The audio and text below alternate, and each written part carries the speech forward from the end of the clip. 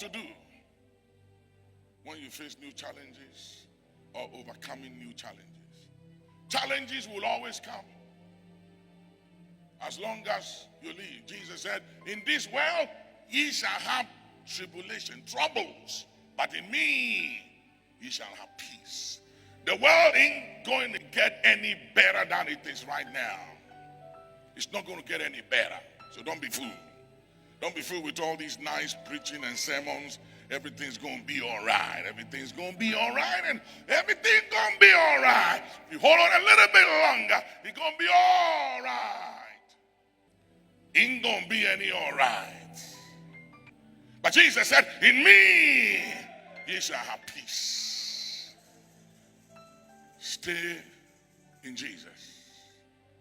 That's where peace is. You can't find peace anywhere in the world. It's not going to get any better out there.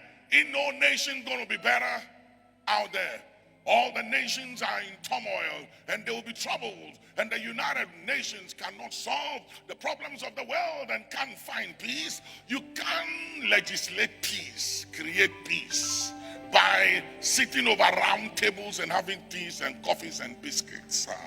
Peace is a person. It's not a commodity.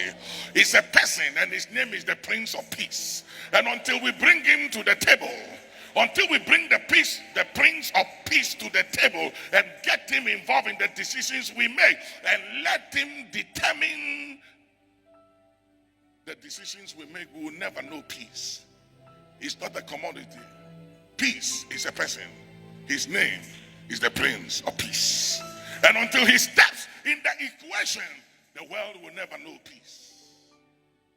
Turn your Bibles with me to Numbers 13 and 33. Numbers 13 and 33. And there we saw the giants, the sons of Anak, which come of the giants. And we were in our own sight as grasshoppers, and so were we in their sight. We were in our own eyes as grasshoppers, and therefore they saw us as grasshoppers because we saw ourselves as grasshoppers. We acted as grasshoppers, so we were defined by ourselves as grasshoppers.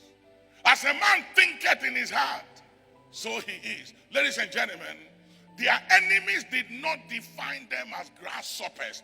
They saw themselves as grasshoppers and acted as such. Therefore, their enemies saw them as grasshoppers because they saw themselves as grasshoppers. Giants will reduce your value. If you don't understand why they appear, why they come, why they show up, giants come and confront you at the moment of your promise. Every promise God has for you will attract a giant. Because giants are designed to block the promises of God. Giants are promise blockers and blessings blockers. They appear as opposition, as a resistance. They're unbearable. They come to override you, make you vulnerable, weak, weary, fatigued, incapacitate you, and undermine your confidence, and make you relinquish your rights of ownership.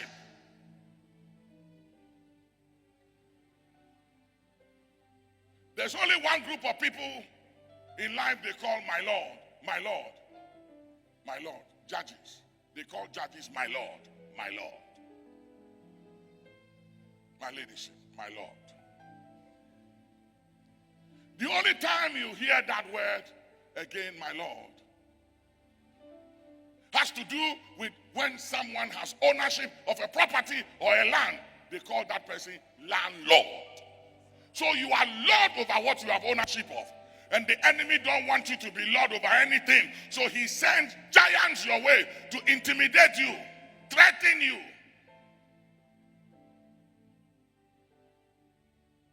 And cause you to relinquish your rights of ownership. Say, I refuse to give up on my rights of ownership. You can't be Lord over my property. You are only Lord over what you have ownership of. And every one of us here, we are born and designed to be landlords. There is a portion for you in the land of the living. I said there is a portion for you. But before you take ownership of that portion, someone called a giant will show up in your promised land. For every promised land, there will be giants. If there are no giants, then you are not going anywhere. And that means your promise is irrelevant and it's not weighty. But if the promise is weighty and is giving you the right of inheritance for you to become Lord over a portion of the earth, then it will attract giants. Giants. Blessing blockers.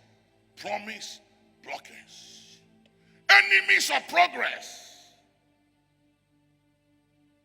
They are designed to overwhelm you and override you and compel you yourself to relinquish your right of ownership and cede your dominion mandate to them. Number one, they are designed to intimidate you, right? Intimidation. Intimidation. Intimidation. Put fear in you. Make you afraid. That is their design. They are designed to intimidate, threaten, make you afraid.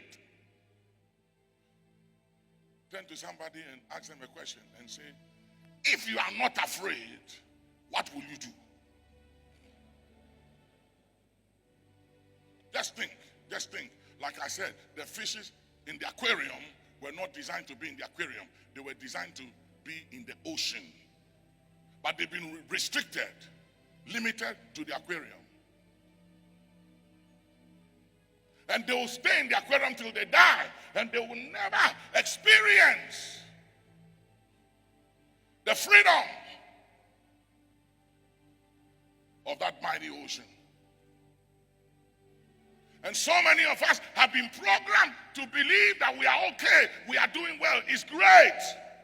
And yet, you were created for the ocean and not the aquarium. But the reason why you've been restricted and limited to the aquarium experience is because a giant, a blessing and a promise blocker is opposing you.